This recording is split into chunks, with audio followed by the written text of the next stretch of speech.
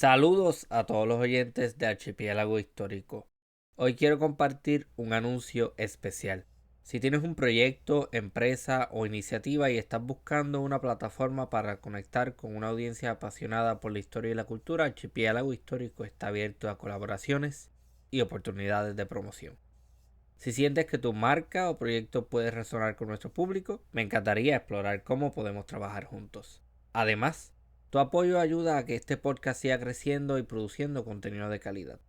Para más detalles sobre cómo patrocinar o colaborar conmigo, visita archipiélagohistórico.com/patrocina. Hablamos pronto.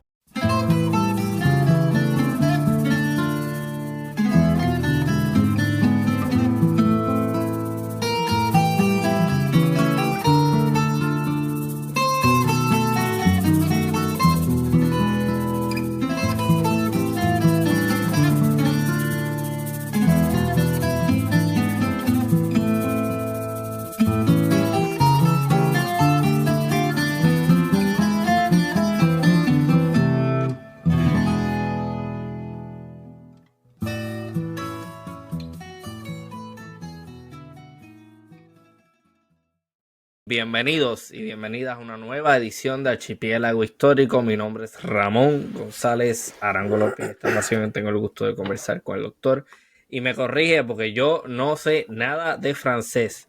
Maxime Lamoureux Saint-Hilaire, algo así. Estuvo bien. ¿Todo bien? ¿Cómo se dice? Maxime Lamoureux Saint-Hilaire. Es muy Wow, similar. eso no estuvo ni cercano. Ni cercano. Es uno de los nombres peores para otros lenguajes. Ajá, y es de Quebec. Sí, la ciudad de Quebec, de hecho, sí. La ciudad, o sea, porque Quebec es una provincia, pero hay una ciudad que se llama Quebec City también, o ciudad de Sí, Quebec. así es. Sí, como Ciudad de México, igual. Es en el mero centro del valle del río San Lorenzo. Sí. Ah, ok, interesante. Es, Entonces, ¿cómo llega un canadiense, un francés canadiense a estudiar temas de Centroamérica, específicamente los mayas? Es una buena pregunta, ¿verdad? Yo desde niño siempre me gustó historia, me gustó geografía, cosas de ese tipo, y tuve una gran oportunidad en mi vida. Mis padres estaban medio viejos cuando me tuvieron, así Mm, que estaban bien establecidos en su vida, y así que me llevaron a varios viajes como niño. Eso estuvo. Mi papá estaba profesor en un colegio como community college tipo en Quebec, que se llama CEGEP. Mi mamá trabajaba de varias cosas de educación, no clase mediana, pero sí, y de hecho me llevaron así a varios viajes y a varios lugares. Son mis mejores memorias de mi vida realmente. Y un lugar a donde me llevaron estuvo México. Me ujú, llevaron a México un par de veces, a los 15, 16 años, tiempos bien importantes para un adolescente, ¿verdad? Así ujú, que me llevaron también a Oaxaca a ujú. visitar algunos sitios allá también. Y mi papá, a él le encantaba arqueología siempre, y también las culturas de Mesoamérica. Estaba apasionado de eso desde que él era, como decir, un adulto joven. Ujú. Y viajando en esas partes me dio cuenta que sí, es una posibilidad de ser arqueólogo. Y pregunté a los profesores de mi colegio, y me dijeron, sí, pues si quieres hacerlo, pues ahí está, puedes seguir ese camino estudiando aquí en las escuelas públicas de Quebec. Y lo hice hasta que me fui para una escuela de excavación en 2007 con la Universidad de Trent, a donde que estaba la única de Canadá que tenía una escuela de excavación en el área maya. Y confirmó mi pasión, que si eso quisiera hacer. Y entonces me gradué. Y dejé de estar mesero. Después de 6 años de mesero me jubilé y empecé a hacer arqueología profesional allá en Quebec. Y tuve un año de descanso trabajando en varios lugares en México y en Belice.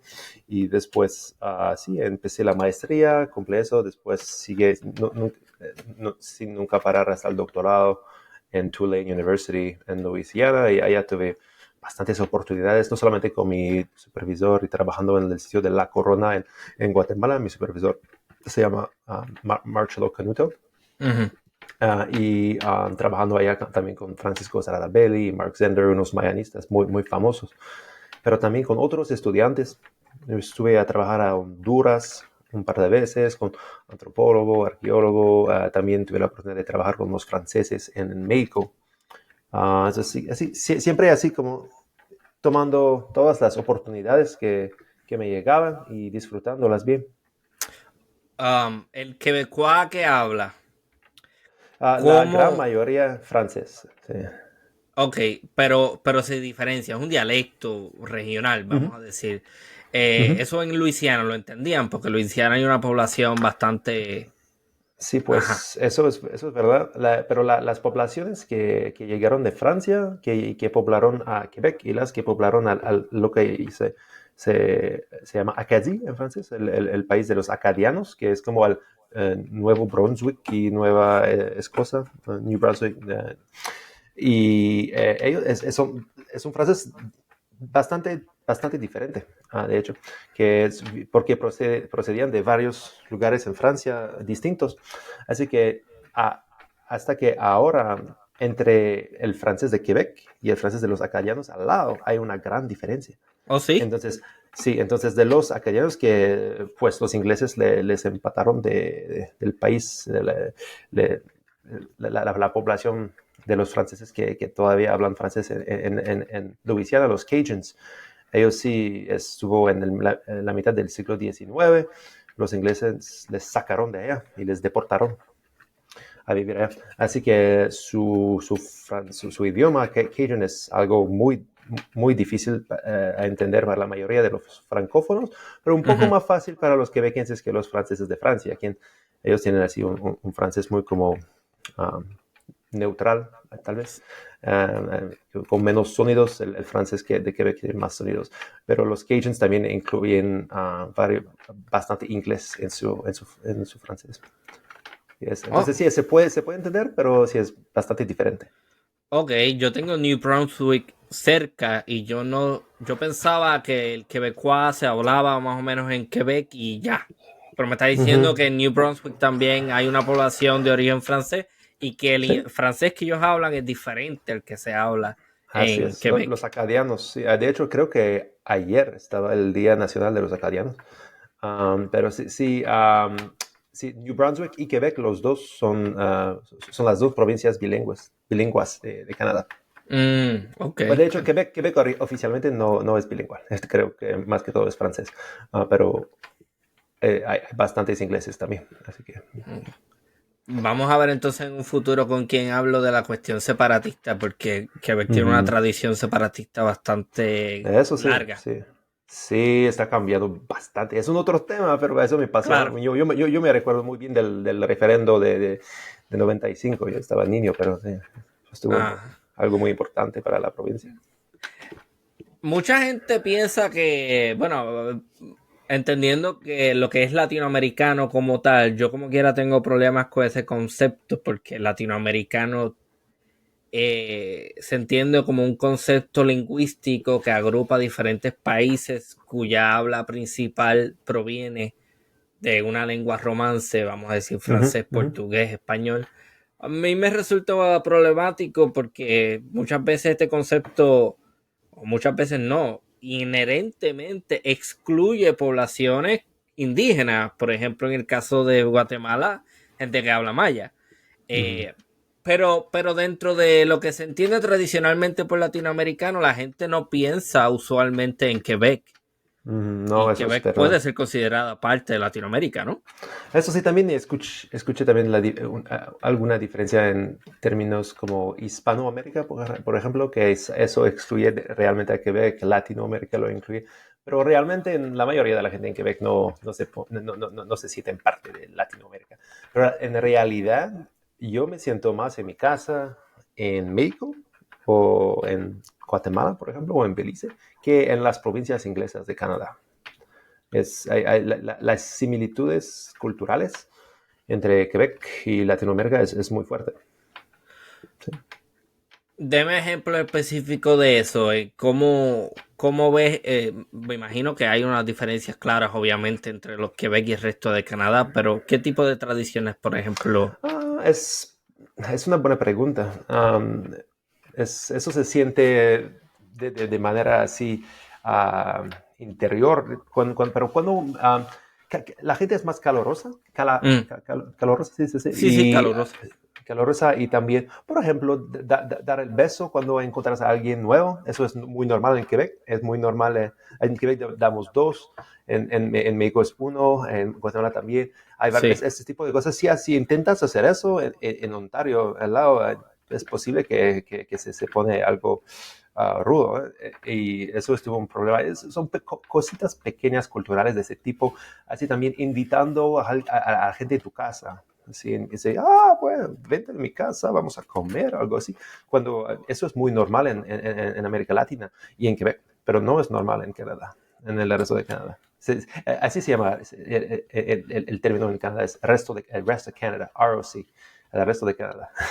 Ok, sí, sí, Sí, sí, que es un país bien complejo y bien grande. enorme, sí. Ah, sí, me imagino que es el segundo o tercer país más grande del mundo, porque siempre está Segundo, Rusia, China. El segundo. Sí, sí, sí, sí, es Rusia, después Canadá. Pero la cosa que hay que ver también es que creo que es 90% de la población de Canadá vive como adentro de 100 kilómetros de la frontera con los Estados Unidos, porque más arriba, Calgary y Edmonton son las dos ciudades las más al norte. Um, Edmonton especialmente, que sube hasta 1 millón, como el paralelo, creo, 53 para Edmonton, así que es mucho al norte. Wow. Um, pero sí es enorme y hay también una gran diversidad. Y como tú decías antes, hay una gran variedad también lingüística. Hay muchos grupos indígenas aquí también que son, su identidad es muy fuerte, de hecho. Y por buenas razones hay un gran cambio que está pasando ahorita en Canadá por eso. Y es una cosa muy importante que realizar. Y yo tengo, a mí me gusta tu opinión sobre la cuestión de, y hasta el nombre América, ¿verdad? Las Américas, eso también es un concepto así colonial, ¿verdad? Así que creo que decir América Latina, pues hace sentido porque se utiliza el término América, que ya es colonial. Pero si solamente utilizarlo para definir en términos lingüísticos, eso sí es claro que obscura una realidad muy compleja, como en el mundo maya hoy se habla 32 idiomas mayas, ¿verdad? Que Ajá. son 32, A eso vamos a muchos. entrar. ¿Cuáles son? Porque a mí me gusta mucho siempre en este espacio con gente que estudia temas específicos, em, atacar lo que es la desinformación o por lo menos Ujú, exponer lo que es la desinformación asociada a, en este caso, ujú. temas mayas. ¿Cuáles son las cosas más, las teorías de conspiración, los disparates, las cosas más locas que has escuchado asociadas al mundo maya? Pues la cosa la más importante que es obvia, y yo creo que es lo que de eso estás platicando, es que el hecho que los mayas ya no existen, ¿verdad? Ese concepto es algo que es un rasgo político que no solamente existe afuera de México, de Guatemala, hasta que existe allá, ¿verdad? Eh, los poderosos de México utilizan el concepto de mestizaje, ¿verdad? Y el mestizaje más que todo de los aztecas, los españoles, entonces los otros pueblos indígenas no son tan importantes.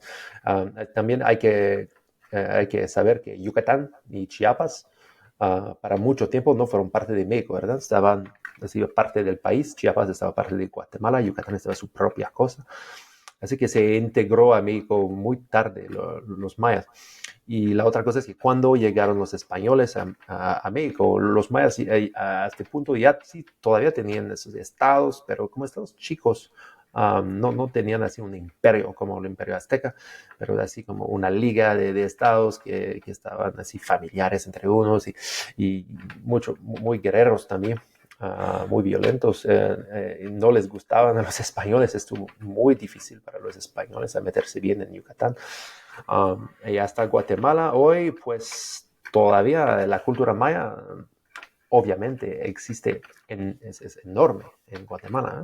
La gran mayoría creo que es el país de Latinoamérica que tiene el porcentaje más alto de indígenas. También se habla, creo, 28 idiomas, 27, no, perdón, 22, es decir, 22 idiomas mayas en Guatemala solamente. Wow. Sí, y allá todavía hay estudiantes de colegio que son ladinos allá, mestizos, que se dicen ladinos en Guatemala y que aprenden en la escuela que todavía más o menos los mayas ya no existen, ¿verdad? Y cuando dicen los mayas, el término los mayas se utiliza bastante para hablar de los mayas antiguos. Uh-huh. De los mayas, pues del periodo clásico o posclásico, cualquier sea. Así que la gente allá se diferencia por su lenguaje, por su identidad. Los cachiquel se sienten cachiquel, los quiché se sienten quiché, los quechí se sienten quechí. Pero Los entonces, mopat, ¿y qué viene no sé si, siendo maya entonces? Porque lo que me está diciendo ahora son términos que yo entiendo que son étnicos, ¿no?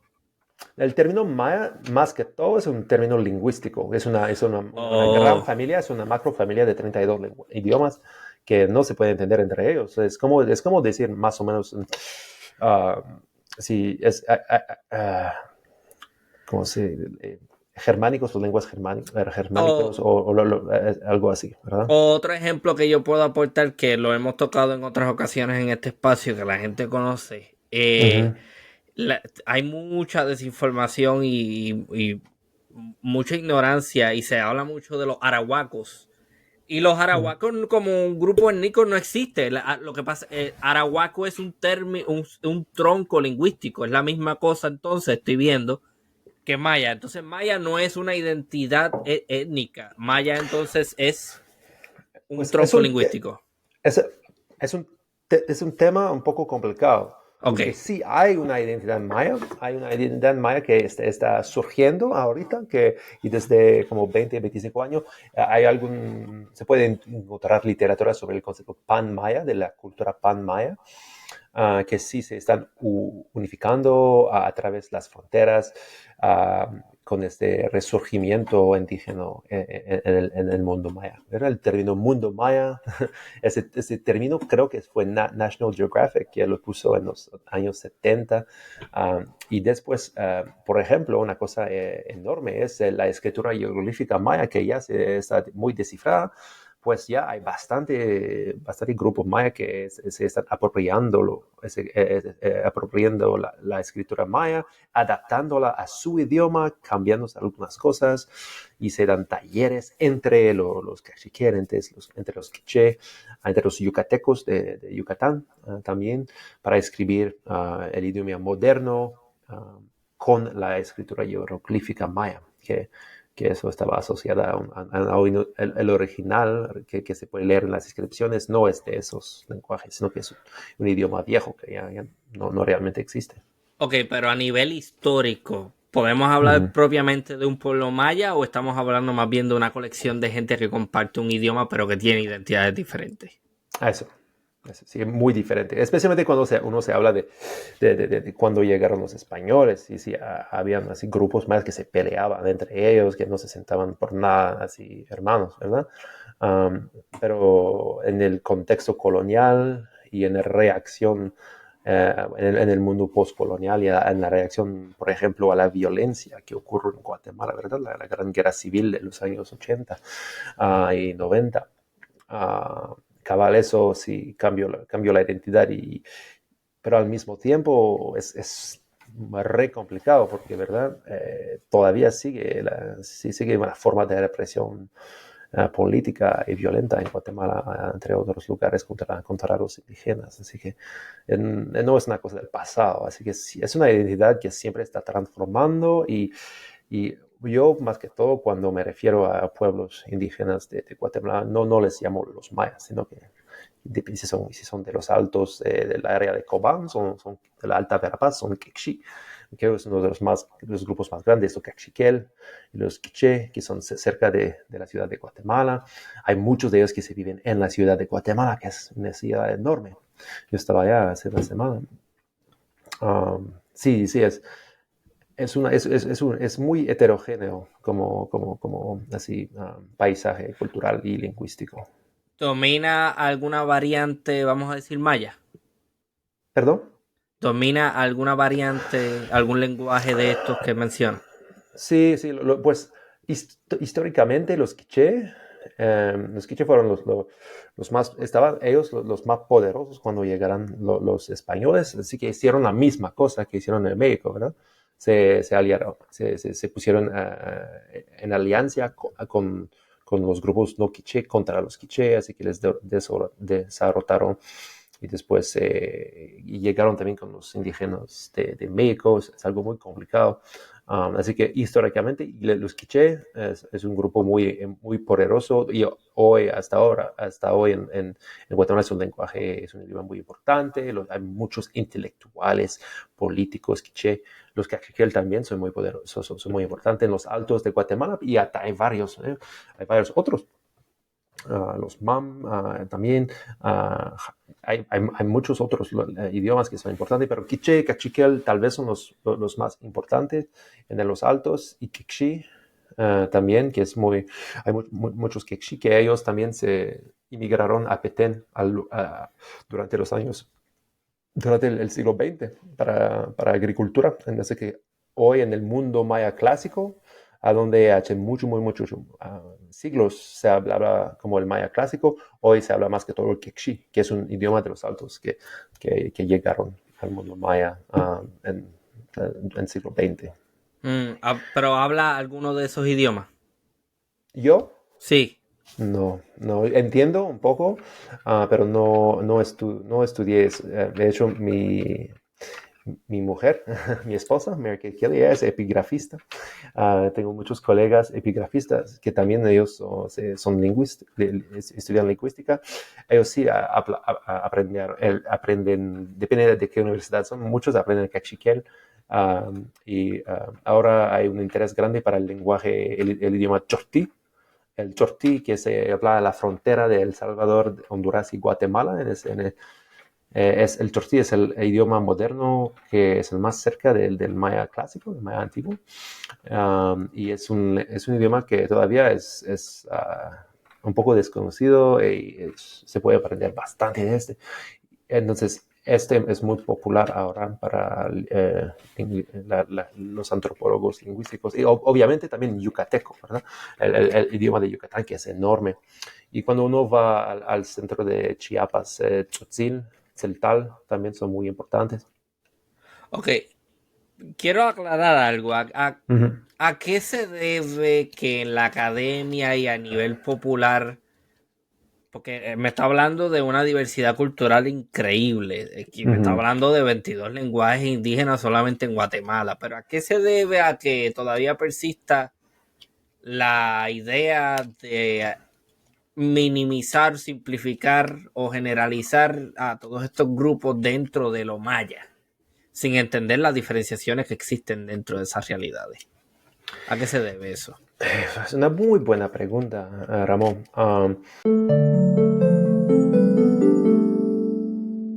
¿Te está gustando este podcast? Si es así, suscríbete para no perderte ningún episodio nuevo. Sigue a Archipiélago Histórico en las redes sociales y visita archipiélagohistórico.com para más contenido exclusivo. No olvides dejar un buen review si te gusta el podcast y compartirlo con amigos y familiares. Gracias por tu apoyo y por ser parte de esta comunidad. De vuelta al episodio. Y como toda buena pregunta, creo que la respuesta es muy compleja, ¿verdad? Pero una cosa, obviamente, es que para la gente afuera platiqué un poco antes, platicamos un poco del contexto político y de la guerra. Si alguien quiere aprender más sobre cosas de la violencia contra los mayas, ¿verdad? De Guatemala, uno puede leer libros por Rigoberta Menchú y hay bastante que aprender sobre esa represión política muy violenta, ¿no? Un genocidio. Um, um, pero al nivel internacional, para la gente que no realmente como puede apreciar esa diversidad cultural es simplemente porque el concepto maya es un concepto fuerte que está asociado a una cultura enorme e importante, una civilización así muy grande del pasado y que tal vez sobreoscura lo del presente, ¿verdad? Así que la gente llegan al mundo maya, cual ha sido así comercializado por hoteles, por cualquier cosa, y llegan al mundo maya con el concepto que sí, pues los mayas viven aquí. Y realmente en Yucatán, la identidad yucateca es más asociada con el concepto maya que los otros idiomas. Así que a veces si uno está hablando con alguien que habla Kikshi, por ejemplo, en Guatemala no es raro que ellos van a decir, no, yo no hablo maya, los mayas son en México, yo hablo Kikshi. Así que el concepto maya es un poco más asociado al Yucatán, um, al idioma yucateco. Um, Así que hay algo de sentido, hace sentido también, es como decir los latinos, ¿verdad? Es un poco los latinos tienen Ajá. un poco más flexible, ¿verdad? Que pues no sé, um, los argentinos o los mexicanos, ¿verdad? Es que son muy diferentes. Ujú, ujú. Y también creo que por cuestiones también de cultura popular. Por ejemplo, ¿cuál es la última película de Marvel de Black Panther 2? ¿Verdad? Hay muchos, hay los mayas dentro de esa película y se refieren a los mayas. Y cuando ellos hablan maya, creo que es yucateco, si no me estoy equivocando, en la película Apocalipto también hablaban yucateco. Así que cambia un poco. Hay varias buenas películas. Apocalipto es horrible por varias razones. Creo que Nunca la he hicieron, visto. pues, no es una mala película por su valor así de diversión, pero para lo que hace con los demás es algo horrible. Ah, entonces, creo que es por esa cultura popular y también por National Geographic que hizo muy buenas cosas para así elevar la cultura maya al nivel internacional. Um, pero sí, es algo complicado. No sé exactamente por qué. También en la literatura de científica popular, siempre se habla de los mayas, de los mayas, de los mayas. Y así que falta, y que también eso se puede aplicar cuando uno nos dice los aztecas, por ejemplo, ¿verdad? Sí. No es un término perfecto, ¿verdad? Hay problemas con, fueron los mexicas, más que todo, mexicas o mexicas, y ellos tenían un imperio con varios idiomas, náhuatl estuvo su idioma, si los náhuatl se puede decir, los términos no pueden, nunca son perfectos, pero no creo que el concepto de decir los mayas es un problema. Ujú. Uno puede hablar de los mayas sin decir algo horrible, pero cuando hablando de un pueblo, de unas personas específicas, de los grupos modernos, hay que especificar lo que estamos diciendo. Es para no faltar respeto, ¿verdad? A su identidad, porque sí. Sí. Ok, lo entiendo, pero. Pero ¿de dónde sale todo esto de Maya? ¿Cuál es el origen? Es una buena pregunta. Pues es los lingüísticos, ¿verdad? Los que hicieron la Lo- lingüística. los lingüistas, los lingüistas. Los lingüistas, gracias. Los lingüistas, ellos definieron la familia maya, que así une esos grupos, esos 32 grupos. Creo que eso empezó tal vez la fascinación para los mayas, eso empieza al nivel internacional, empieza en el siglo XIX con los exploradores que encuentran cosas. Es que sí, Frederick Catherwood, John Lloyd Stevens, que publicaron unos libros sobre sus excursiones a través de América Central y Yucatán, haciendo dibujos de ruinas. Esos libros fueron bestsellers, que sí, muy populares, que les dieron mucha fama a los mayas. Um, y creo que también al nivel local es muy específico a las culturas locales, cómo se refieren a los indígenas mayas. Depende del lugar a donde están.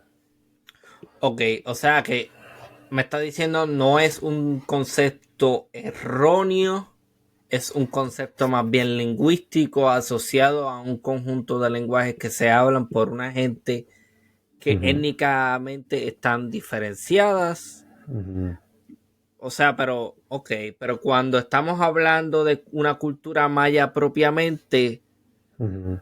entiendo que más bien lo que se debería estar haciendo es hablando de la cultura de un pueblo específico, o sea, del pueblo del que se está hablando, que me está hablando de los quiché y de todos estos Ujú. grupos que son diferentes. Pues yo creo que lo que es Hay que hacer importante esas es que, diferenciaciones.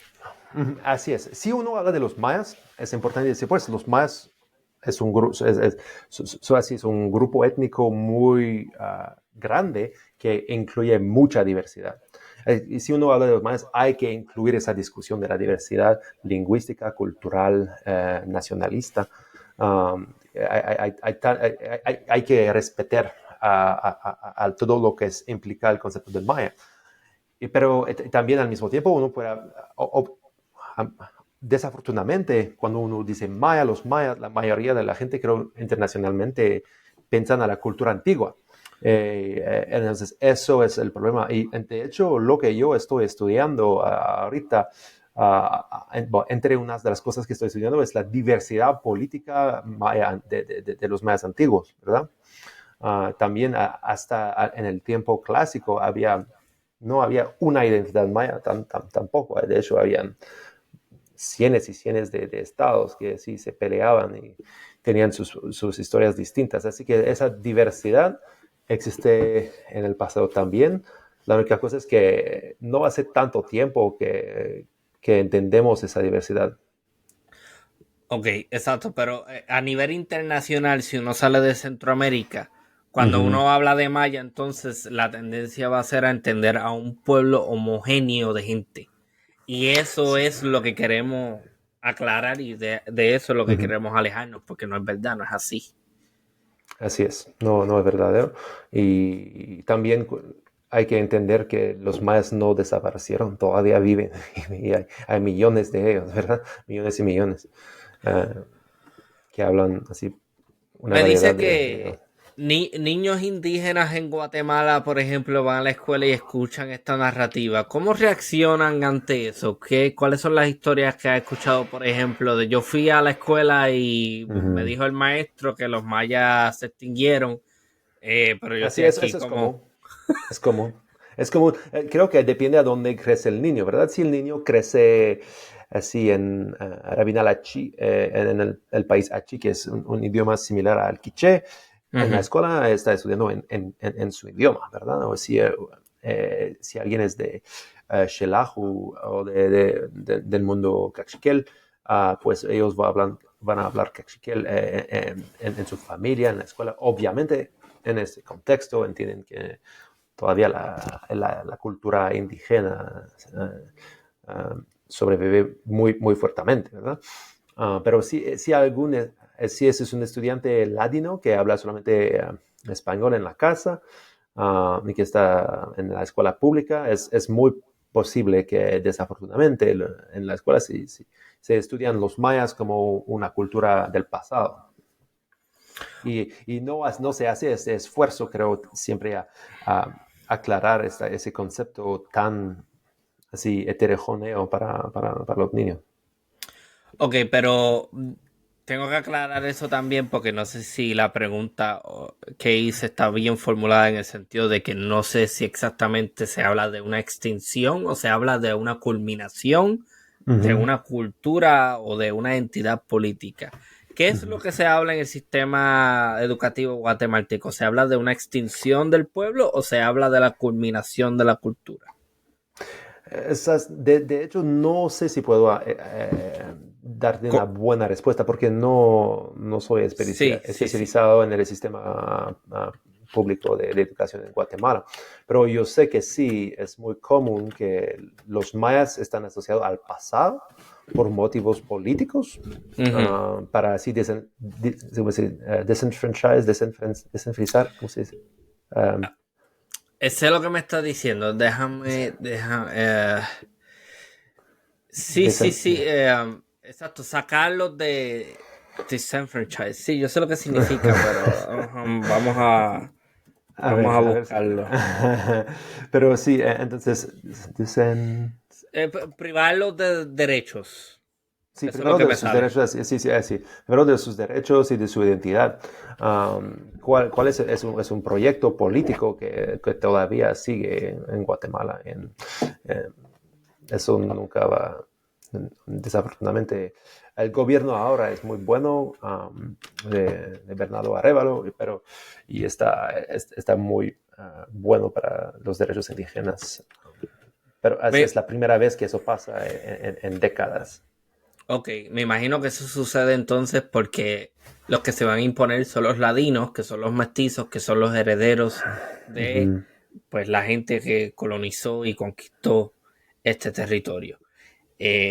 Y bueno, me imagino que también, y bueno, me imagino que tendría que confirmarlo, pero yo no sé hasta qué punto ese gobierno que me está diciendo que es más inclusivo esté siguiendo el ejemplo del gobierno de el Estado plurinacional boliviano, ¿no? Que está adoptando ujú, unas prácticas de ujú, inclusión y exacto, de participación de comunidades indígenas en el aparato gubernamental boliviano. Entonces me estás ujú. diciendo que entonces en Guatemala está habiendo una mayor participación de estos grupos indígenas o no es el caso. Pues sí hay indígenas que participan en el gobierno, pero no es organizado como en Bolivia, eso seguro. Ok, Sí, los entiendo. poderos, el poder colonial de los blancos, hasta de los españoles así blancos, no solamente ladinos, que son más puros que ladinos, ¿verdad? Que se sienten, me imagino, más puros que ladinos, están, sí, históricamente las últimas décadas, desde la violencia, sí han sido en poder y han intentado guardar todo ese poder. Sí. Ok.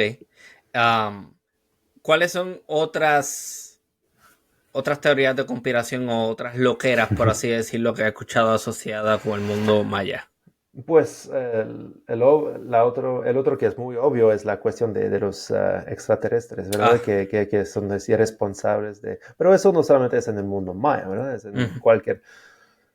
cualquier lugar en el mundo a donde se encuentra unas maravillas arqueológicas uno se ve eso y se ve, oh, es muy impresionante, no me puedo imaginar que alguien pueda hacer eso sin nuestra tecnología, pero eso es muy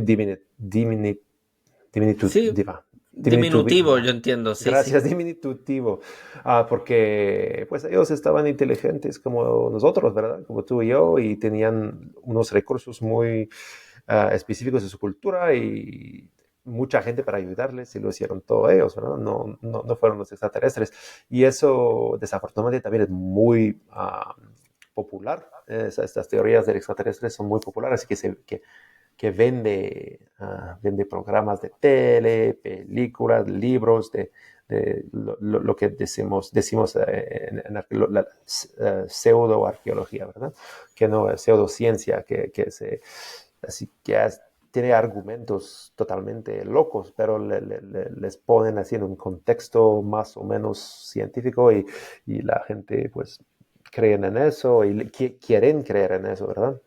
Eso es un concepto que es muy atractivo de pensar que los extraterrestres llegaron y se hace por los mayas también. El arte maya no es muy entendido para el público porque es muy complicado, ¿verdad? La iconografía maya, la escritura maya es muy, muy complicada entenderla, pero sí, los expertos ya entendemos, lo entendemos muy bien y no hay nada que ver con los extraterrestres, pero hay, por ejemplo, el caso más famoso, eso del sarcófago en Palenque de Pacal, y es una escena muy famosa, um, que los pseudocientíficos la llaman al astronauta o cosmónauta de Palenque o cosmónauta maya o algo así, porque se imaginan que está así sentado en un, ¿cómo se dice? Spaceship. Sí, bueno, platillo no, sí, un aparato volador, Sí. una nave Pues espacial, algo así. naveta espacial, así se ven como un cosmónato en una naveta espacial manejándolo, pero realmente es totalmente, no tiene nada que ver con eso. Es un rey que está así cayendo en la boca del monstruo de la tierra y tiene un árbol que está creciendo de su cuerpo. Es algo, no tiene nada que ver con una nave espacial, pero algunas personas en los años 70 publicaron sobre eso y este, que queda así en la mente de la gente y hasta ahora con el, el, el potencial infinito de los medios, de las plataformas sociales como Facebook o cualquier sea, la gente es publicando sobre estas cosas siempre. No quiere morir esa idea de los astronautas mayas. Hmm. ¿Existió alguna vez algún imperio en esta área que aglutinara estos diferentes grupos étnicos mayas? Es una muy buena pregunta. Hay, hubo unos estados muy fuertes durante el periodo preclásico y clásico que sí unificarán a grandes partes del mundo maya. Ujú. No sabemos muy bien si los diferentes grupos sí tenían un concepto de étnico diferente. No sabemos si tenían conceptos étnicos, ¿verdad? Su identidad tal vez estaba más que todo asociada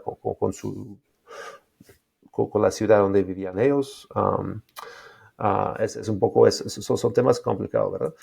Pero sí, hubo el más famoso que ya ha sido publicado bastante en los últimos 20 años, es lo le llaman a veces el Imperio Kan o el Estado Kan del serpiente. Kan perdón, es serpiente, cual empezó allá en una ciudad que se llama Tsibanché, que es en el estado moderno de Quintana Roo, en México, cerca de Yucatán.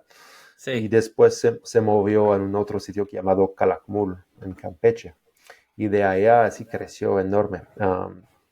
También antes de eso hubo una relación muy fuerte entre unas ciudades de Petén, especialmente Tikal, el Peruaca es otra, y el sitio muy fuerte de Teotihuacán, en el centro de México, cual él tenía algo similar al concepto de imperio, que salía muy afuera de la cuenca de México hasta llegar al área maya por cuestiones comerciales y militares y políticas. Entonces sí, hay unos rasgos políticos enormes, pero nunca podemos realmente hablar de un imperio realmente maya. Ok. ¿Bajo qué criterios entonces no se puede hablar sobre un imperio? ¿Cuáles son los criterios o las variables que imposibilitan que se hable de un imperio? Eso es otra muy buena pregunta. Porque De hecho, porque por ejemplo yo puedo entender como un imperio una entidad política extensa que aglutina diferentes pueblos y ujú, que se expande principalmente a través de la vía militar y ujú, que impone políticamente hablando los deseos y las motivaciones de un grupo por encima de otros. Por ejemplo, el Imperio Romano, el Imperio vamos a, para no ser muy eurocentrista, ujú, Gengis Khan allí en ujú. la Asia. Sí. ¿Cómo podemos entender el concepto imperio dentro de este contexto mesoamericano? Pues es lo loco, ese proceso que estás describiendo, a veces también se describe como un proceso de hegemonía, hegemónico, ¿verdad? Ok. Que se hace de conquista. Eso sí pasaba, pero creo que el concepto de imperio se aplica también al nivel así de tamaño, ¿verdad? Cuando llega a un tamaño enorme. Sí. Así que en eso hay gente que utiliza el concepto de imperio para el estado Kan, yo estaba hablando antes, para Teotihuacán también. Sabemos muy bien que, por ejemplo, Tikal, durante su gran poder, antes que se peleó con Kan, tenía colonias, conquistó a varios otros pueblos. Y hasta que sabemos por desciframiento hieroglífico que los mayas sí tenían la práctica de mandar a gente a establecerse en otro lugar para fundar a otro nuevo pueblo. Son así conceptos que son muy similares como con el concepto como imperio de Atena o de eso. Sí, sí, sí, ciudades-estado. Son ciudades, pues, también se habla del imperio de Atenas, ¿verdad? Del imperio aténico, para un buen, durante la hegemonía también se utiliza, o el imperio romano, cualquier sea. Pero yo creo que no es tan importante realmente decir, aplicar esos términos, sino que lo que vale la pena mejor es realmente apreciar, apreciar sus procesos y cómo funcionaba así el poder y qué, qué, qué tipo de estrategia tenían los reyes, tenían los dirigentes para crear ese sistema hegemónico. Se podía hacer con alianzas de familias, casándose entre familias reales, así expandiendo, Expandiéndose.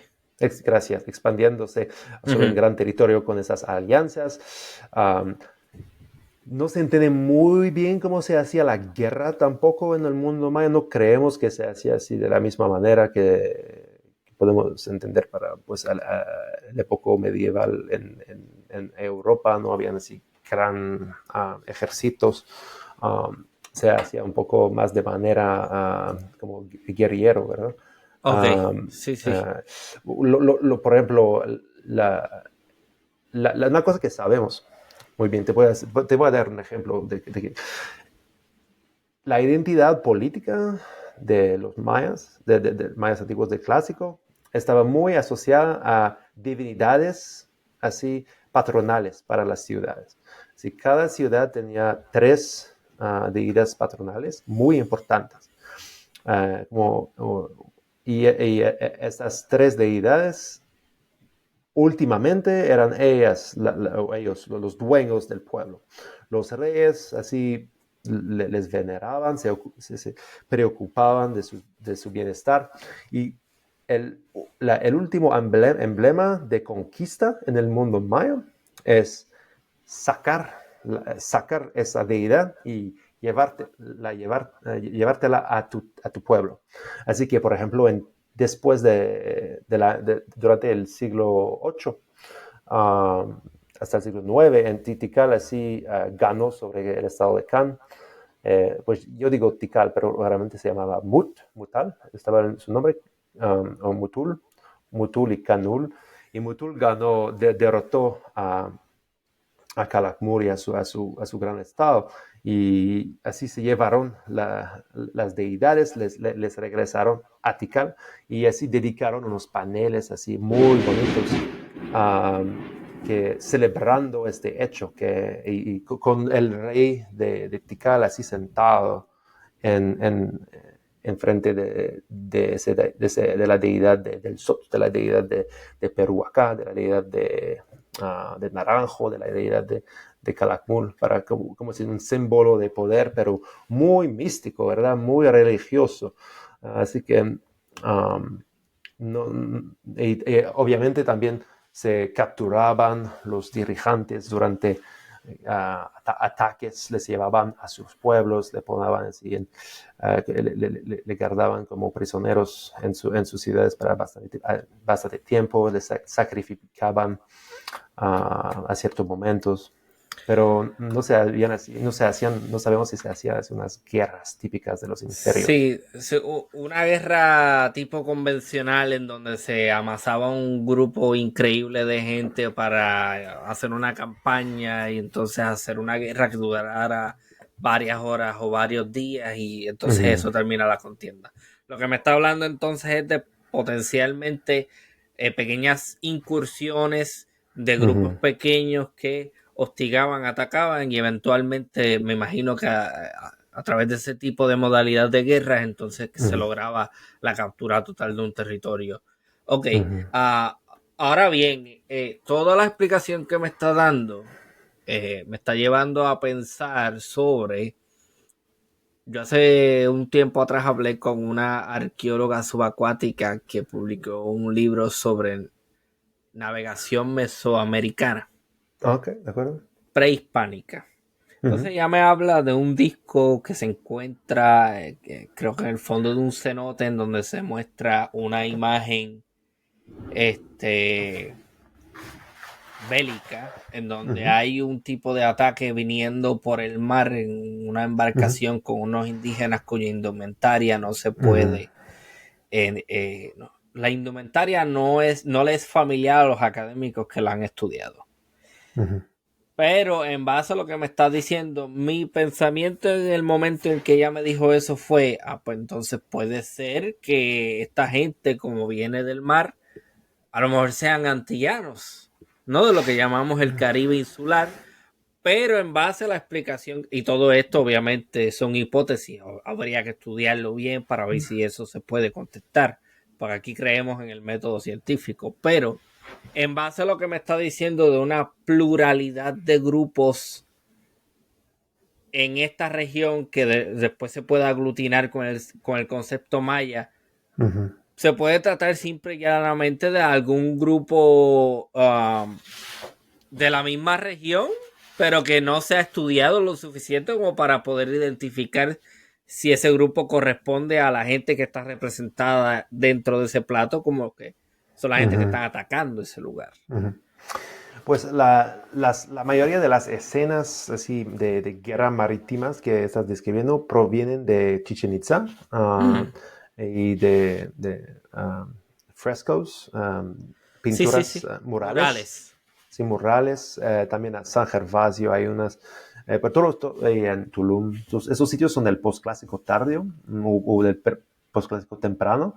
Es un periodo muy tarde, justo antes de la conquista española, unos 2 o 3 siglos antes. Durante este tiempo se sabe muy bien que sí había una dinámica al nivel mesoamericano que estaba muy unificada. Siempre el mundo mesoamericano ha sido unificado. Habían muchos contactos entre los mayas antiguos y los olmecas en el periodo clásico mediano, hace mucho tiempo, ¿verdad? Antes del año, pues, cerca del año 1000 antes de Cristo. Después esa relación cambia eventualmente con la relación de Teotihuacán durante el periodo clásico temprano, cual sería como entre 200 y 500 del año después de Cristo. Después hay unas relaciones con los toltecas durante el 700, 800, 900 y después llegan los aztecas y los aztecas así empujan varias poblaciones y hace gran movimientos, migraciones, llegadas de extranjeros por barcos, así, guerras marítimas, tal vez entre los mayas. Y hay cambios en los sistemas de escritura durante ese periodo. Se puede ver así influencias del náhuatl en el idioma maya. El concepto de los putún, que son grupos así del Golfo de México, cerca de Veracruz, hoy, que no son mayas realmente, pues son mayas, pero muy, muy distintos del Yucatec. Así y también es seguro que había unos contactos con los caraíbes, con la gente de los caraíbes, pero no nos enteré mucho y no se puede imaginar que así una gran flotilla de canoes se llegaban de las islas hasta el mundo maya. Más que todo estaban entre los mayas ellos mismos y entre los mayas y la gente de México. ¿Se tiene conocimiento dentro del mundo académico maya de contactos con el Caribe insular? O sea, ¿ustedes han podido ver algún tipo de representación que evidencie de forma concreta que en efecto habían unos contactos? Eso no profundos. es una buena pregunta, no es mi especialidad. De Claro. lo que yo entiendo, sí había hay un cierto contacto, pero es también hasta hay un intercambio cultural hasta como hasta Florida, en cierto entre Mesoamérica y toda la cosa del Golfo, pero no es necesariamente un contacto directo, ¿verdad? Puede ser muy indirecto. Hay Ujú. influencias, por ejemplo, con maíz, ¿verdad? Que llega eventualmente al norte, hasta Quebec había maíz, ¿verdad? Eso tuvo mucho tiempo para llegar allá, es muy indirecto, ¿verdad? Y son también especies de maíz muy distintas. También se sabe también que habían contactos indirectos con el mundo peruano y los aztecas, por ejemplo, especialmente la costa pacífica de México, pero no son contactos así directos. También se pueden encontrar artefactos mayas hasta Panamá o Nicaragua y Costa Rica, porque sí, estaban muy bonitos, hechos de jade, con hieroglíficos maya, pero se encontraban en contexto arqueológico. ¿Sí? Pero no imaginamos que estuvo un contexto de intercambio muy directo, sino que pasaba. Creo que ahora con el gran cambio que se está haciendo ahorita en arqueología es lo de paleo DNA o se dice ADN. gracias, ADN, paleo ADN, como en francés, ADN. Paleo ADN, eso está cambiando nuestro entendimiento de estas relaciones y va a seguir transformando durante las próximas décadas. Vamos a entender mejor la relación entre todos esos pueblos. Pero una cosa que es muy importante entender es que la identidad de los varios grupos maya, la identidad de los varios grupos mesoamericanos, de hecho, siempre son asociados a conceptos de migraciones. Ok. Uh, Así que por ejemplo, los aztecas de manera muy famosa llegaron del norte de México y hay esa gran narración de etnogénesis, migración que llegan hasta el Golfo, a la cuenca de México del norte y se casan con los toltecas. Esa es la misma historia que se encuentra en todo el mundo mesoamericano, o casi todo el mundo. Hasta lo quiché, por ejemplo, el documento del Popol Vuh, que es muy famoso, ¿verdad?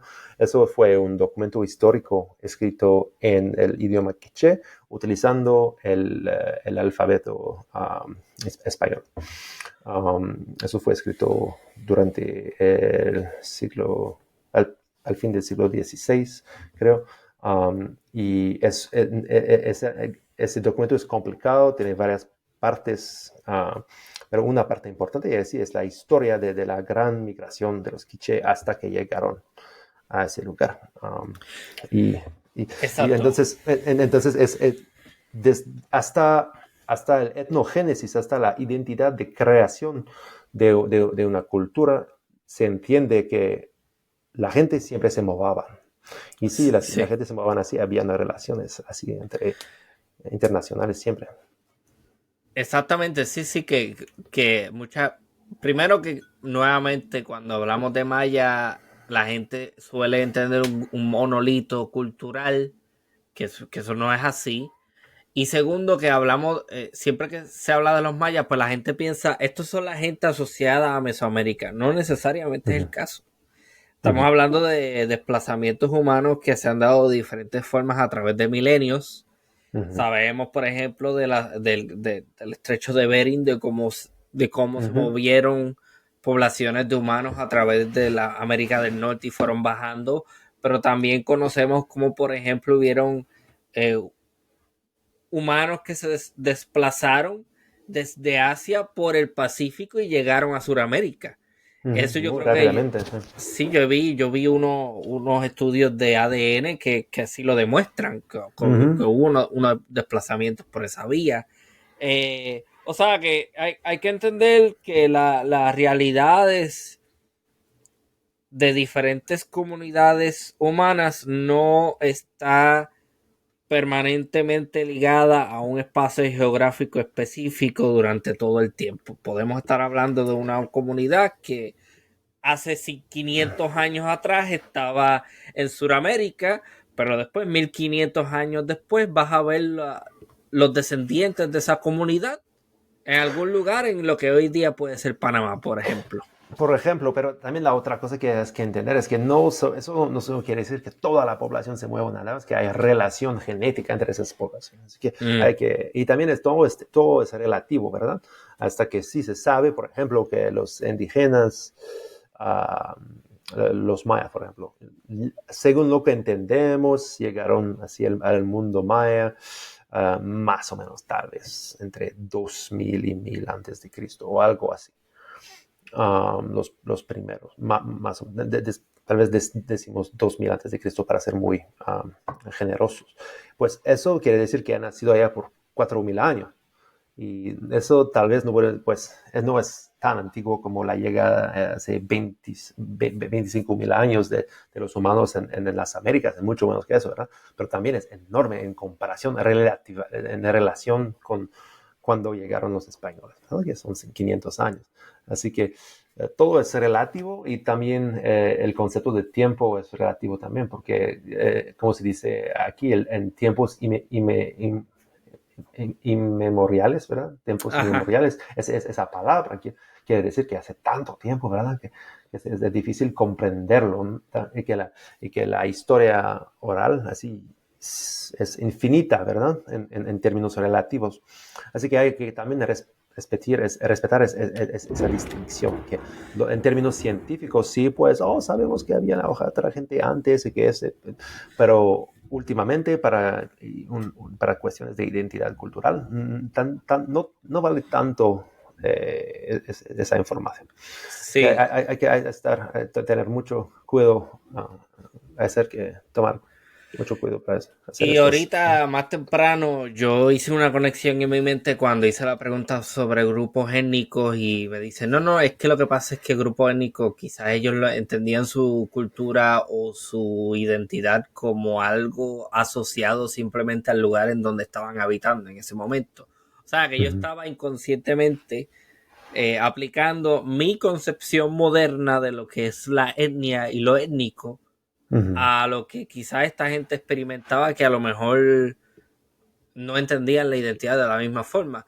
Para mí, Ramón Alejandro González Arango López, un puertorriqueño en el siglo XXI, lo étnico, la etnia, es un grupo de gente que comparte una tradición, una lengua, una cultura y una historia, en este caso Puerto Rico, pero hace 1500 años atrás en esta región en Mesoamérica no había tal cosa. Yo soy fulano de tal, vivo en esta aldea, esa es mi identidad y eso es todo lo que hay. No hay más nada. Es muy posible, exactamente. Últimamente hay una gran cosa que saber, es que no sabemos mucho. Hay que estar humilde sobre todo eso. Humildad es muy importante cuando uno quiere entender el pasado. Así que ya sí conocemos mucho más sobre la organización política y territorial, geográfica, histórica de los mayas antiguos, ¿no? Del periodo clásico que sabíamos hace 50 años. No se puede comparar realmente el nivel de conocimiento. Pero, sin embargo, todavía no conocemos todo, ¿verdad? Entonces, cuando uno explora, cuando uno está excavando, descubriendo una nueva ciudad, excavando un palacio maya para entender su gobierno, descubriendo nuevos monumentos hieroglíficos que no nos cuenta esta historia, es importante tener mucha humildad, de saber que ya no sé cómo estaban organizados. Quiero aprenderlo, tengo todos estos puntos de comparación, pero si uno llega diciendo, yo quiero encontrar el estado que estaba más cerca de un imperio maya, y llega a un gran sitio con esa idea en tu mente, pues obviamente está así cambiando la Sí, evidencia. son los prejuicios. Así es, prejuicio. Prejuicio, sí. Prejuicio, perdón. Es así una influencia cultural, ¿verdad? Es muy subjetivo. Sí, que va a hacer que muchos arqueólogos, por ejemplo, lleguen a esa área con esos prejuicios y entonces lo que encuentren lo interpreten con el prisma de ese prejuicio Y, pues entonces yo encontré esto, porque no es que encontraste eso es que lo que pasa es que tú estabas buscando algo con la idea de que esto era lo que ibas a encontrar. Entonces lo vas a entender de esa forma, en vez de entenderlo tratando de alejarte de las preconcepciones y los prejuicios que tú podías tener. El término que utilizamos en antropología es émico y ético, así que entender las cosas a nivel émico es como si tú me hablas de la cultura de Puerto Rico, me hablas de la cultura de Puerto Rico con un conocimiento émico.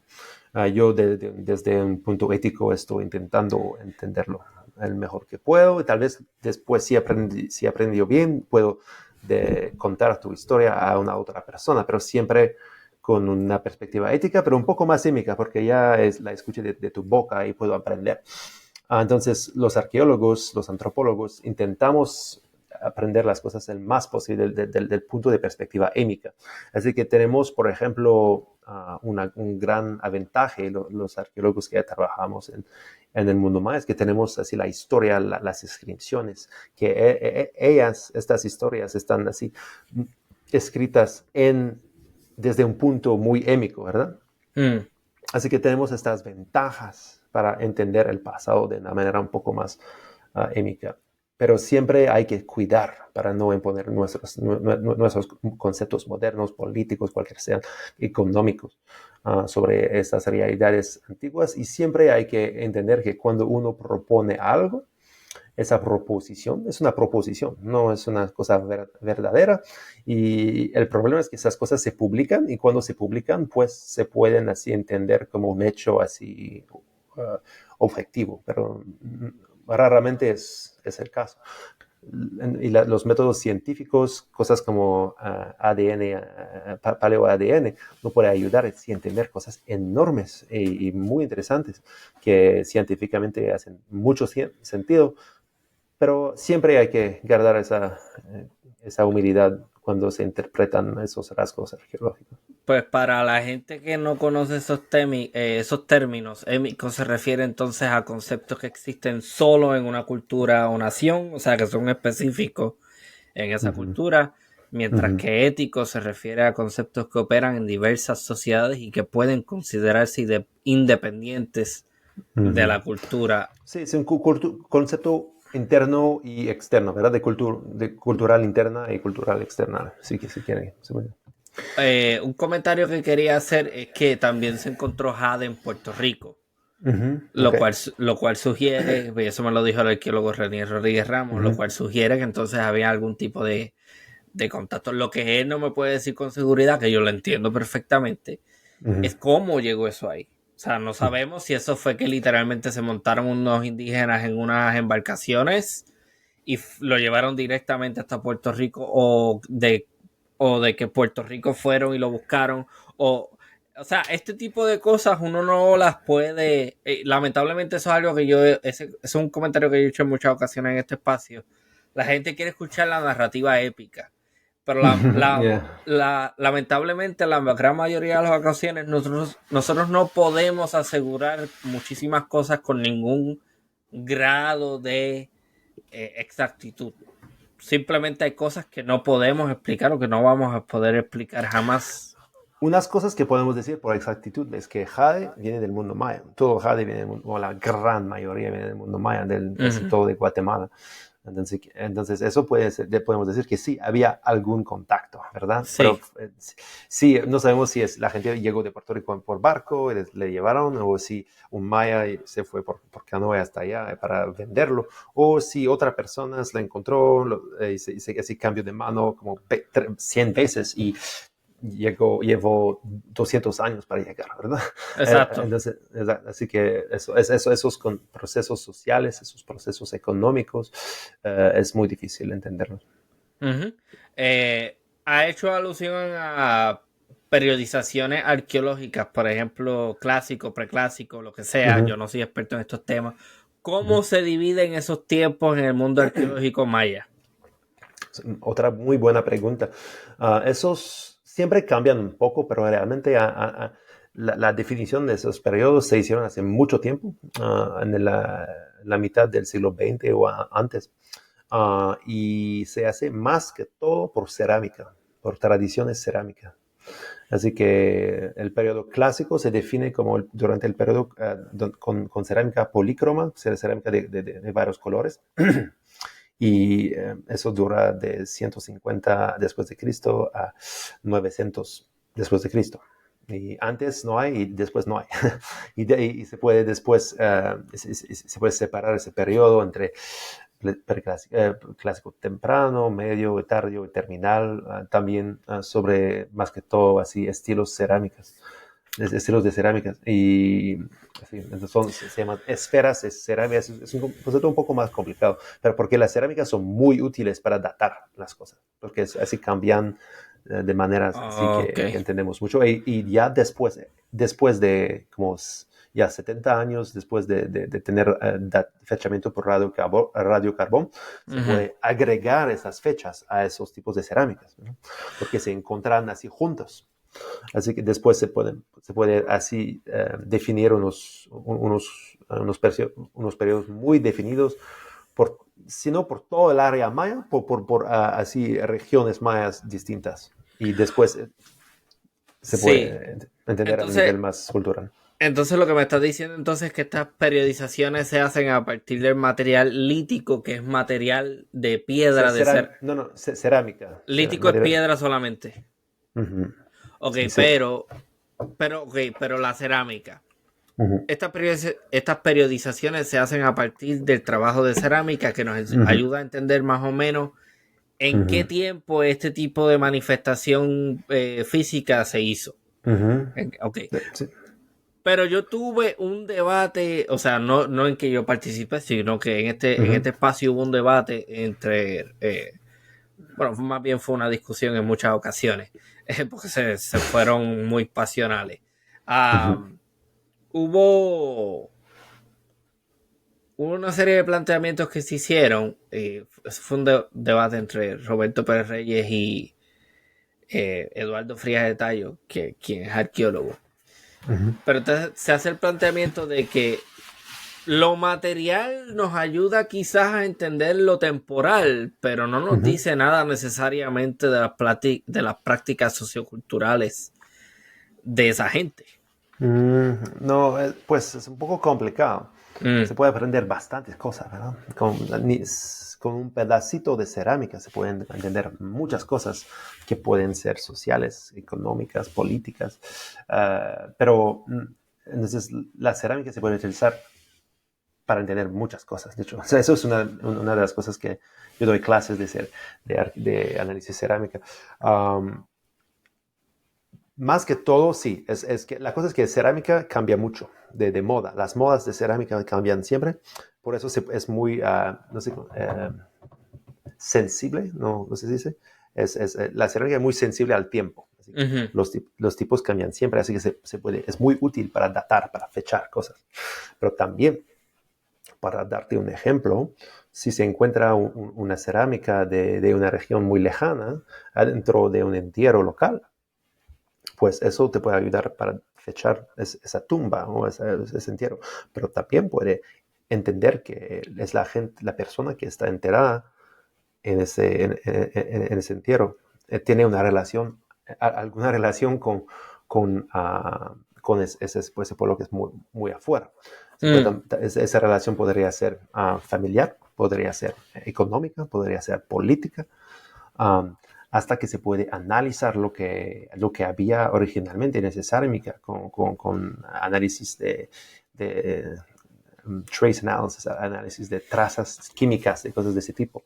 Se puede entender lo que comían ellos y se puede entender por las decoraciones que hay encima, se puede entender algo del nivel religioso. Así que sí, se puede entender bastante cosas solamente con el material. Y hasta que el tipo de arqueología que no tiene escritura, que se puede decir arqueológica no histórica, um, también a un cierto nivel podemos aprender bastante sobre el pasado con solo el material. Cuando se agrega la historia, pues es arqueología histórica y nos da un nivel de entendimiento más émico, como yo hablaba antes.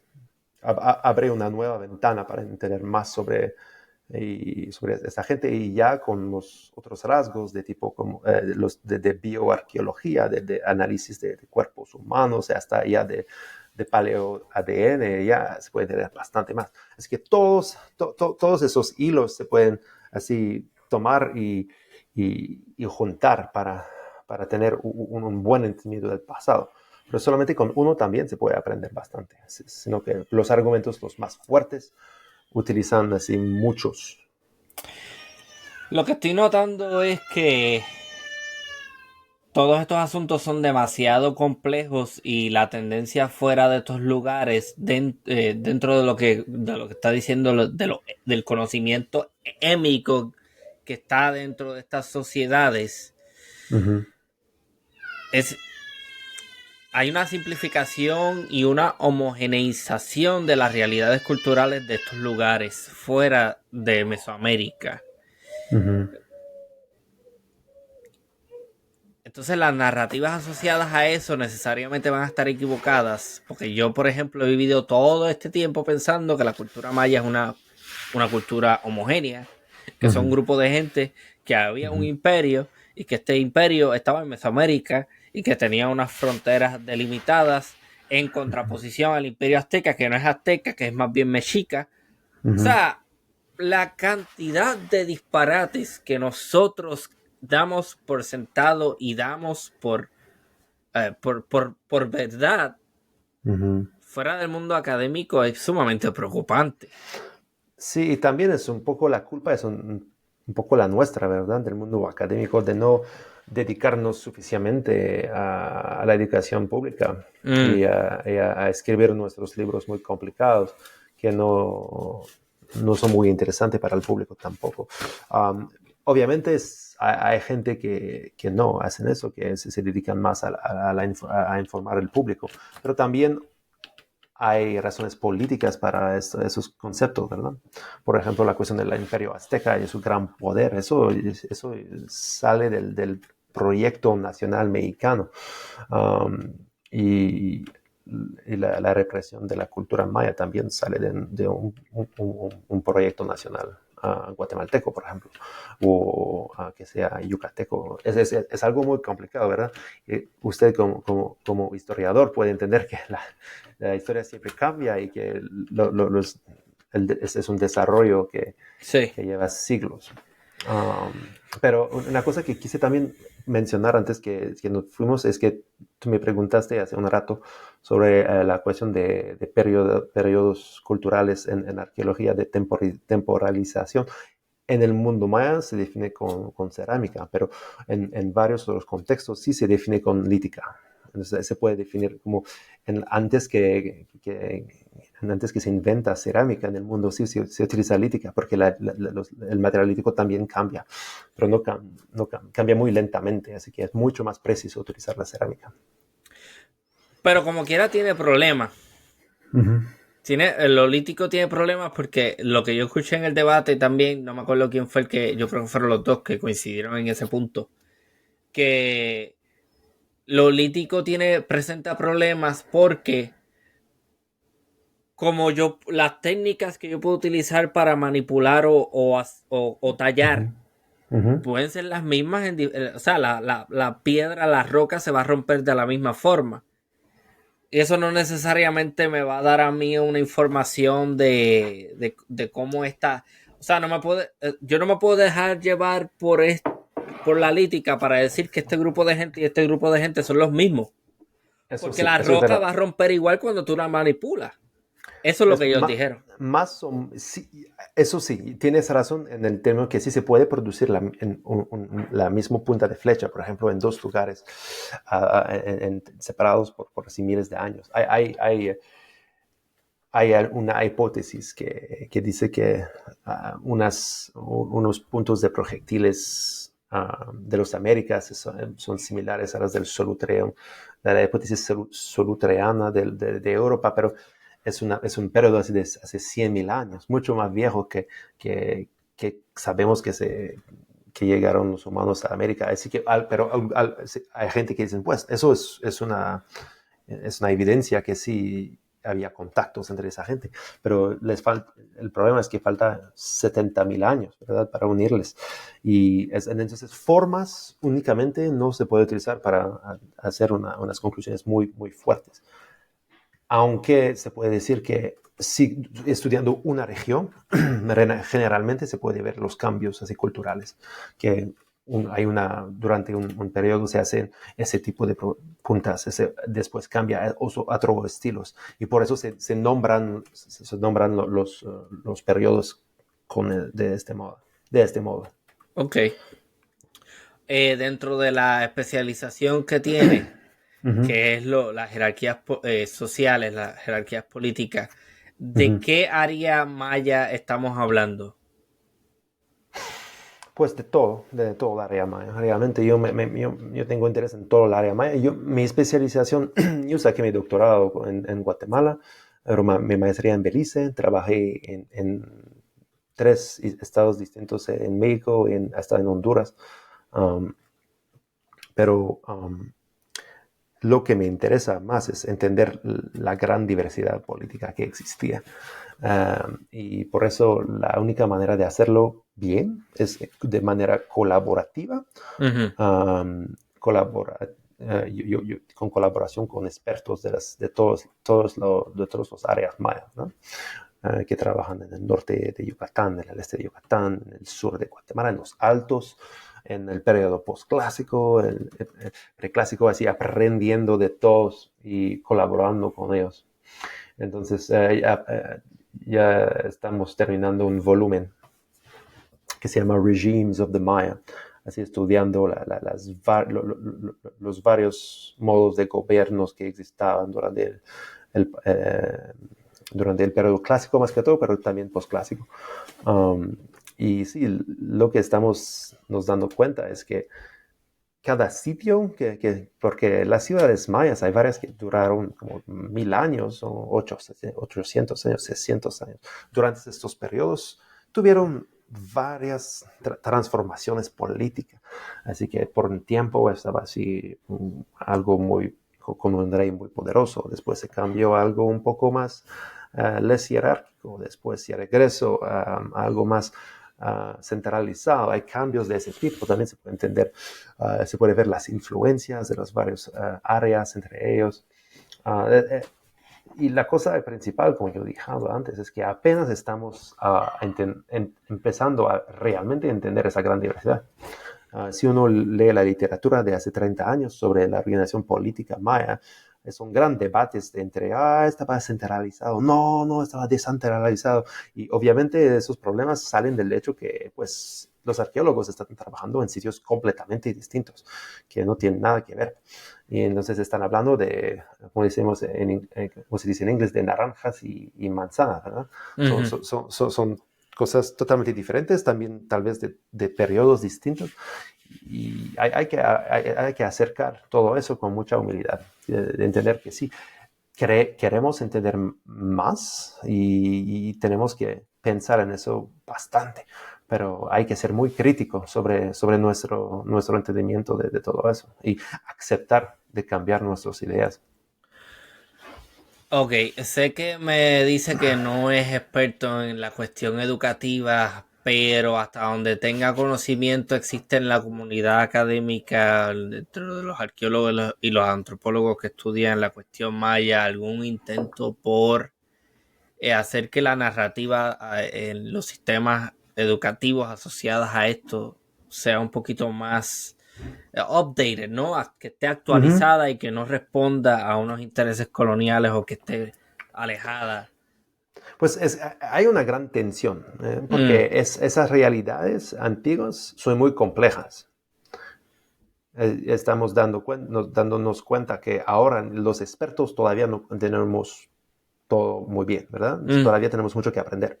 Pero cuando uno está dando clases a un niño de 10 años, no se puede así enseñar todo con mucha complejidad. Hay que simplificar a un cierto nivel. Mm. Eso es la tensión que existe entre educación pública, educación al público y realidad académica y construcción de hechos arqueológicos. Es un poco difícil, ¿verdad? Y hay que navegar esta tensión, creo, con humildad más que todo. Decir que los arqueólogos estudiamos algo y aprendemos mucho y no le podemos ayudar a toda la gente a entender mejor de eso, pero tampoco podemos llegar con así la verdad siempre, ¿verdad? Es un proceso y siempre aprendemos más. Hay mucho por hacer, de verdad que sí. Los problemas, y no solamente en esa región, sino yo No. creo que en la totalidad de las Américas, el nivel de... Es que es increíble cómo nosotros vivimos en sociedades con acceso a la información sin precedentes a nivel de toda la historia de la humanidad. Ahora mismo tú tienes un teléfono en la mano, yo en 2 segundos puedo conseguirte un texto que me explique qué pasó en China hace 1400 años atrás. Pero es increíble cómo a pesar de ese acceso a la educación y a la información, somos profundamente ignorantes. Sí. Sí, pues una cosa, una cosa que siempre la gente me dice cuando digo yo estudio, soy arqueólogo en el mundo maya, todavía hay cosas que descubrir, ¿verdad? Esa pregunta, todavía hay cosas que descubrir, y sí, sí hay tanto que descubrir. Descubrimos nuevas ciudades enteras cada año. Y los sitios que son los más excavados tal vez tienen 10% excavados. Así que si vamos hay suficiente trabajo de arqueología para generaciones y generaciones. Y eso es un hecho que es muy importante enfatizar. Que somos expertos, sí, somos expertos en la cultura maya antigua, pero no quiere decir que sabemos todo. Sabemos bastante, pero todavía hay que aprender más y siempre cambia. Cada 10 años cambian los textbooks, ¿verdad? Exactamente, ese es el caso de Mesoamérica, incluyendo el Caribe. En el Caribe hay tanto por descubrir y a mí me sorprende la facilidad con la que muchos grupos y mucha gente estudiosa hace unas aseveraciones concluyentes de diferentes temas. El tema indígena en el Caribe insular, como mucha gente se atreve a asegurar con 100% de esto es así. Mira, no, hay muchísimas cosas que nosotros no sabemos, que todavía hay que descubrir, que probablemente nunca vamos a saber con 100% de seguridad. Sí. Es complicado. De verdad que Es está. una buena cosa, es la buena cosa. Que siempre hay preguntas, siempre hay cosas que descubrir. Por eso, si no habían, sería un poco triste, ¿verdad? Sí, pero la realidad también es que, por ejemplo, las culturas caribeñas, hispánicas, vamos a decir Cuba, República Dominicana, Puerto Rico, nosotros tenemos una tendencia, y eso hay que decirlo así porque aunque no me guste es la realidad, nosotros tenemos una mala costumbre de hablar con seguridad de cosas que no conocemos. Nosotros Okay. inclusive tenemos una frase popular: en Así. tierra del poeta, el que no la sabe, se la inventa. O sea, es como, y entonces, encima estamos orgullosos de que somos así, que somos ignorantes, no conocemos sobre algo, pero yo voy a opinar y yo te voy a dar a ti la información. Hay tanto por hacer. Pero no solamente es en el mundo caribe, de los Caribes, la misma cosa pasa en Quebec, ¿verdad? Sobre nuestra historia colonial. Los franceses estaban muy buenos con los indígenas y no tenían esclavas. Y esas cosas así son así, son mitos, ¿verdad? Mitos nacionalistas que no son verdaderos. Realmente sí es eso. Y también ese concepto de mito nacional, ¿verdad? Es algo muy histórico y muy chiquito en tiempo, ¿verdad? Porque en 100 años eso va a cambiar. Esas realidades cambian siempre, así que solamente es como, se ven así como mitos muy profundos y muy sólidos, pero realmente eso es una ilusión histórica, ¿verdad?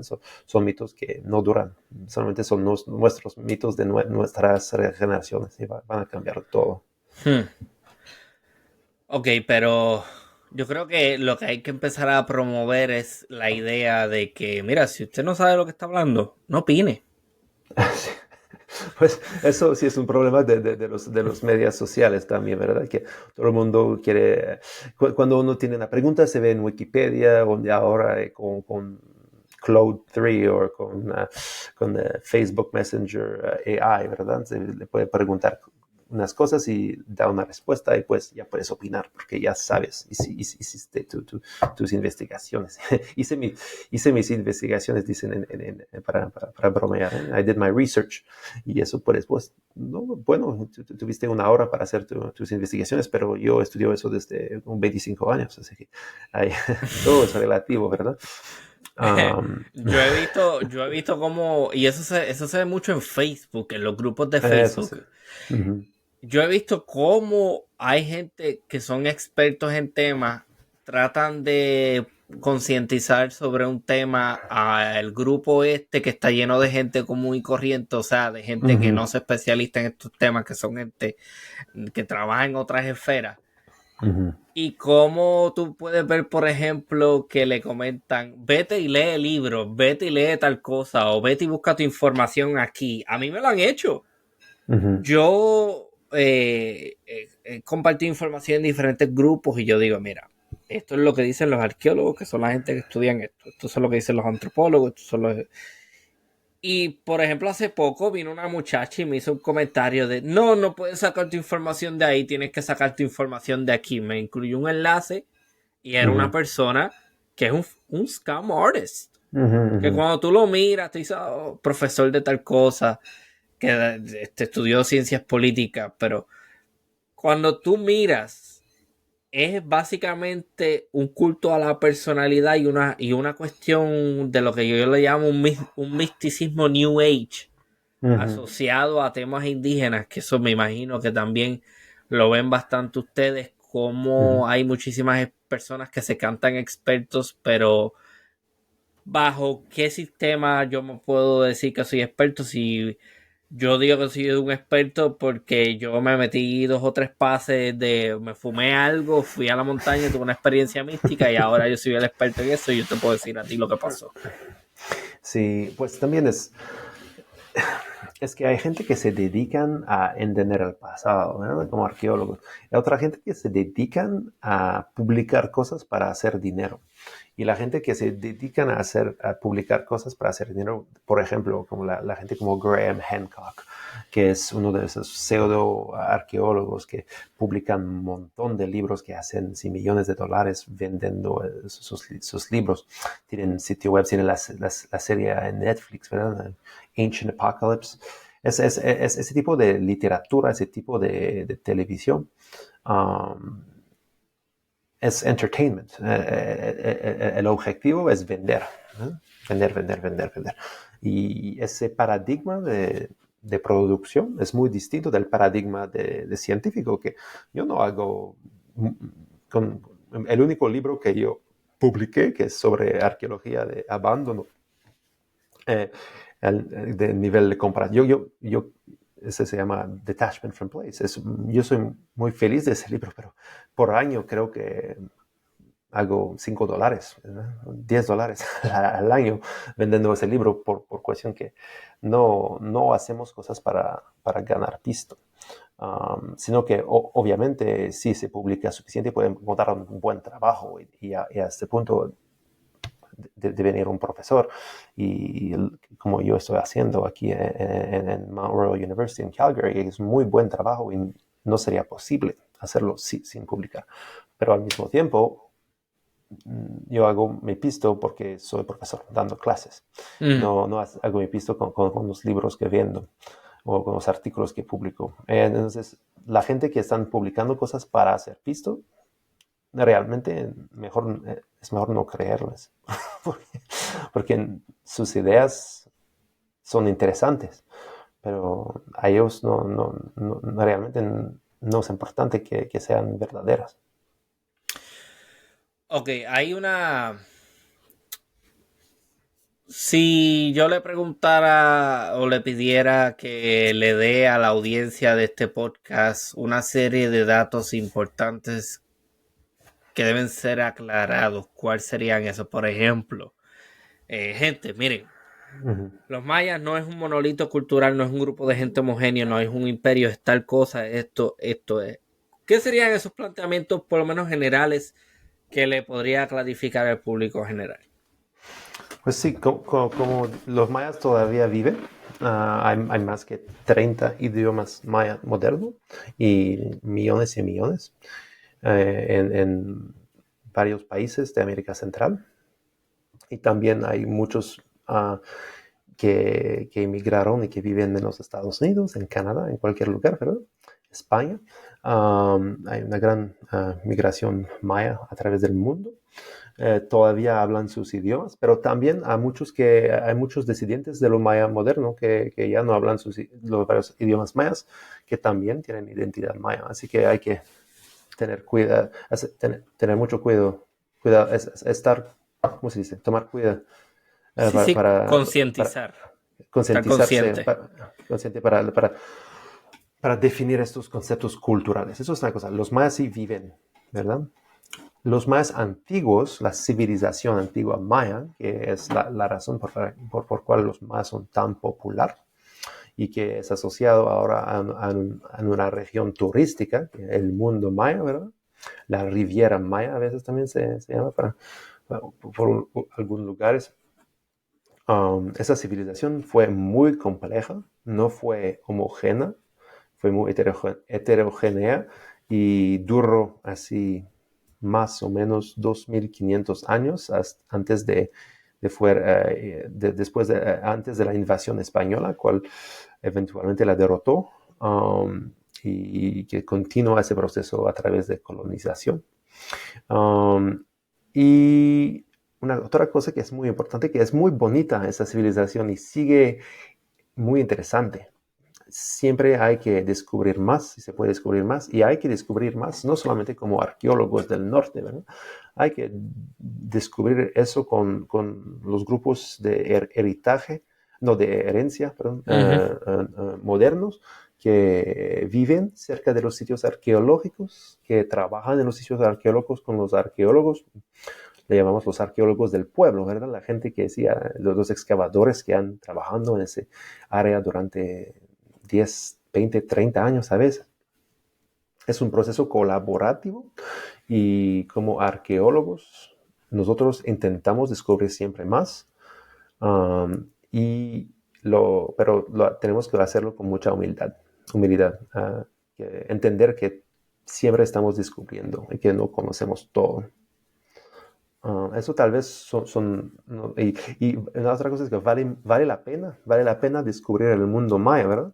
Vale la pena llegar al mundo maya, ya el nuevo tren maya que hizo el gobierno mexicano, que es un poco raro, eso es otro tema complicado.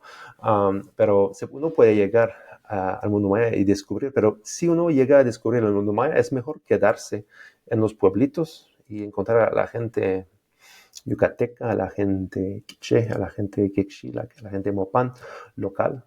Mejor hacerlo de esa manera que de quedarse así en un gran hotel en Cancún o en Tulum, sin realmente involucrarse al nivel local. Porque si uno quiere descubrir el mundo maya, no se hace a través de los parques acuáticos, ¿verdad? Se hace a través de encuentros culturales. Y es muy importante y vale mucho la pena de conectar con la cultura maya moderna, las culturas mayas modernas, para entender las culturas mayas del pasado. Ok, esa publicación que me dijo que escribió, ¿dónde se consigue para la gente que puede estar interesada en ese tema? La cual publicación. La publicación que me dice que es la única que tiene sobre... Así, mi único libro que ya estoy trabajando son dos libros más. Uno que se llama Regimes of the Mind, que va a estar publicado por Oxford University Press en algo como un año más o menos. Ajá. Eso es un volumen que estoy editando. Pero el otro volumen que edité se llama Detachment from Place. Es publicado por University Press of Colorado. Ujú. Y es un libro que trata del concepto de la formación de sitios arqueológicos, de qué pasa en un sitio arqueológico después que la gente se van de allá. Cómo se hace el proceso de abandono del sitio arqueológico. Es algo, se trata bastante de migración, de inmigración, de relación entre gente en su arquitectura. Es algo un poco diferente.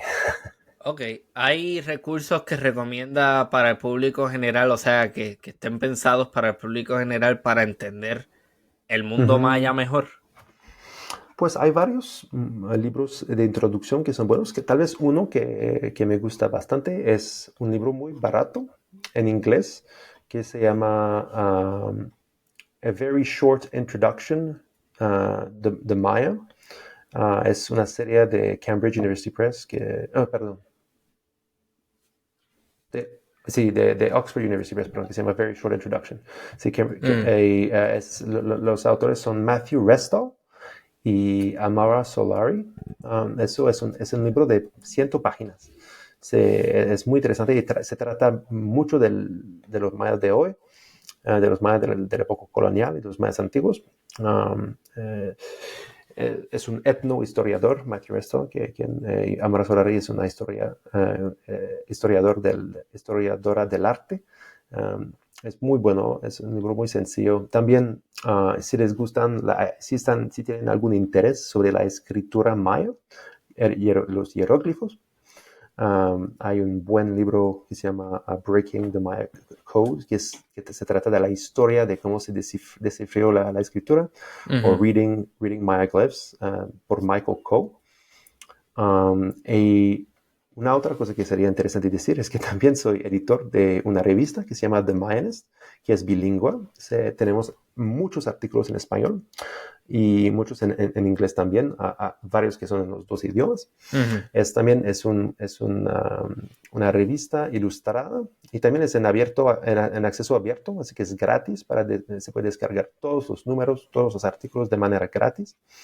Los artistas que contratamos hacen unas reconstrucciones arqueológicas muy lindas, así que para el público es bueno, y los artículos son cortos, entre 3 y 4 mil palabras, así que se puede leer muy bien. Y si uno se va por Google y pone The Mayanist, el mayanista, o The Mayanist, va a encontrar el primer enlace, va a ser para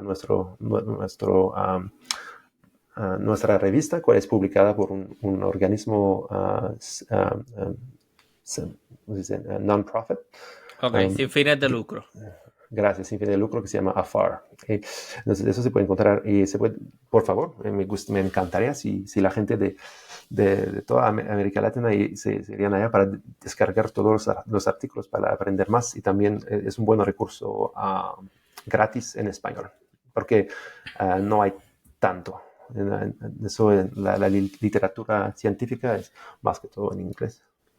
No solamente eso, sino que la mayoría de los documentales también asociados al tema entiendo que Ujú, son ujú, demasiado limitados y ujú. demasiado generales y simplistas. Sí, Que es un problema también. sí, Pero nada, sí. seguimos. National Geographic hizo unos buenos documentales durante los últimos años, sobre el Maya. Ok. Pero sí, ¿Tiene algún título para la gente? no lo conozco así muy bien, pero el Reino Khan creo que hubo en inglés, en español lo llamaron el Reino Khan. National Geographic tuvo algunos documentarios sobre eso, sobre todo el urbanismo maya y así, cosas muy Ok. interesantes. Pues está perfecto. Bueno, pero The Mayanist, o sea, Ujú, mayanista, lo podemos. The Mayanist, o sea que me gusta eso de que esté disponible, acceso abierto, o sea que cualquiera puede ver los diferentes números de la revista. Y eso me lleva a hacer el siguiente comentario, que lo he hecho en muchas ocasiones también. Lamentablemente, o bueno, lamentablemente no, pero si uno quiere llegar a un conocimiento más profundo de un tema, vas a tener que leer. eso Vas a es. tener que leer. O sea, no siempre va a haber un documental, no siempre va a haber un podcast como este. Este podcast funciona como introducción para temas más complejos, Ujú, pero si quieres la historia completa, si quieres la profundización, vas a tener que leer. Eso es lo que hay. No puedes escuchar, por ejemplo, el podcast Archipiélago Histórico y decirme a mí que ahora eres experto en el tema maya porque escuchaste este episodio. Eso no es así. Fuiste introducida a una temática. Ahora ya sabes dónde buscar, qué puedes seguir haciendo si es un tema que te interesa, en el que te interesa profundizar. Que eso es algo que es bien importante puntualizar siempre. Si quieres, te puedo mandar los datos no sé si tienes notas del podcast para agregar esos nombres de libros y enlaces para demás. Ah, está bien, sí, lo podemos hacer. Bueno, pues muchísimas gracias. No digo el nombre porque no Max, quiero. Exacto, pues muchísimas gracias. Seguiremos en contacto, vamos a seguir trabajando para hacer este tipo de información accesible al público general que tanta falta hace. gracias Ramón, estuvo un placer estar con ustedes y mil disculpas para mis errores en español, pero siempre me voy mejorando. No, no, para nada, muy buen español, muy buen español. Gracias. Que eso es algo muy importante que yo no sé, me imagino que la gran mayoría de los estudiosos ni siquiera aprenden español, ¿no? De los arqueólogos que van, o sí No aprenden. la mayoría, sí, la mayoría aprende español. Sí, sí, sí, Ah, pues qué hay que bueno. aprenderlo. Sí. Pues qué bueno, porque así debería ser. O sea, Ujú. si van a Centroamérica, pues tienen que moverse en ese mundo Sí, también. obviamente, sí. Fantástico. Bueno, pues muchísimas gracias nuevamente. Esto ha sido una Mucho nueva gusto. edición de Archipiélago Histórico. Hasta la próxima.